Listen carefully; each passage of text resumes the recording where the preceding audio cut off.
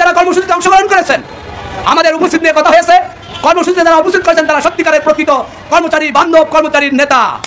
আপনাদের কালকে মহার্ঘ ভাতা বা সরকারি কর্মচারীদের নিয়ে একটা মিটিং আছে, কিন্তু আবাস যা পাওয়া যাচ্ছে সেটা সরকারি কর্মচারী 11 থেকে 20 গ্রেড কর্মচারীদের জন্য আশাব্যঞ্জক কোনো সংবাদ পাওয়া যাচ্ছে না। 20% মতো বৃদ্ধি পাওয়ার একটা প্রবল সম্ভাবনা আছে, যেক্ষেত্রে সবচেয়ে ক্ষতিগ্রস্ত হবে কর্মচারী লেভেলে যারা চাকরি করেন শুধুমাত্র তারা।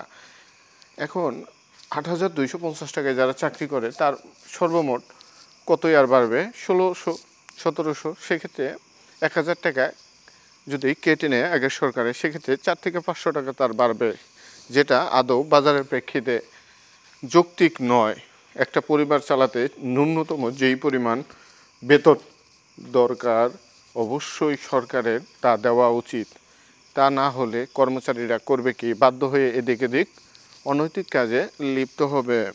সরকারি চাকরি করে সোনার হরিণ, একটা মাইয়া বিয়া দেওয়ার লেগে সরকারি চাকরিজীবীর কাছে পাগল হয়ে যেত। আর এখন সরকারি চাকরিজীবী শুনলে কয় ও হালার কাছে মাইয়া দিব না, ও ভাত না খাইয়ে মরবে।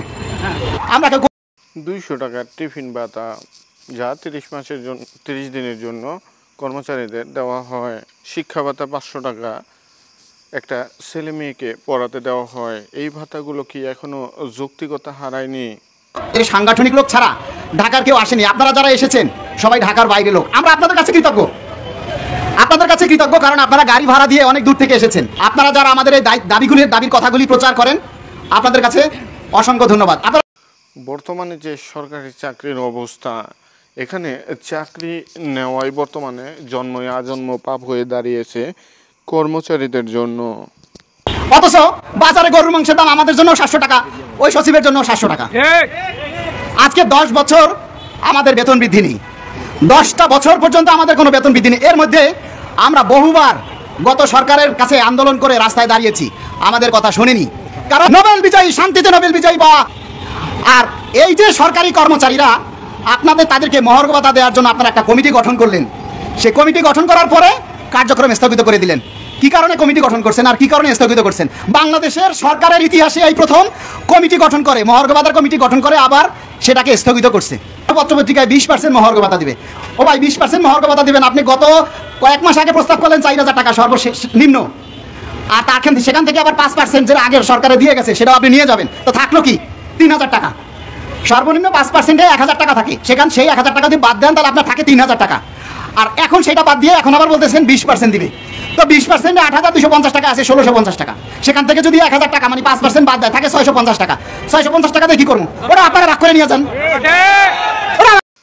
সবচেয়ে অবহেলিত 11 থেকে 20 গ্রেডের কর্মচারীরা এবং সরকার আছে, তাদের অবহেলার মাত্রা দিনকে দিন আরও বৃদ্ধি পায়। বৈষম্য কোনো কমে না, সেটা দিনকে দিন আরও ক্রমবর্ধমান হারে বৃদ্ধি পায়। বিভিন্নভাবে সোশ্যাল মিডিয়া সহ পত্রপত্রিকার মাধ্যমে জানছি আমাদেরকে 20% দেবেন, বিগত সরকারের দেও 5% প্রত্যাহার করে নেবেন। তাহলে 20%-এ 5% প্রত্যাহার করে নিলে আমাদের থাকে 15%। আমরা 5% সর্বনিম্ন পেয়েছি 1000 টাকা। আমি ধরে নিলাম আমাদের 8,250 টাকা স্কেলের ভাই 15%-এ কত পাবে?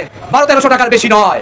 তা আমরা তো অলরেডি বিগত ফেসিস্ট সরকারের দেও 1000 টাকা সর্বনিম্ন ভাতার সুবিধা নিচ্ছি।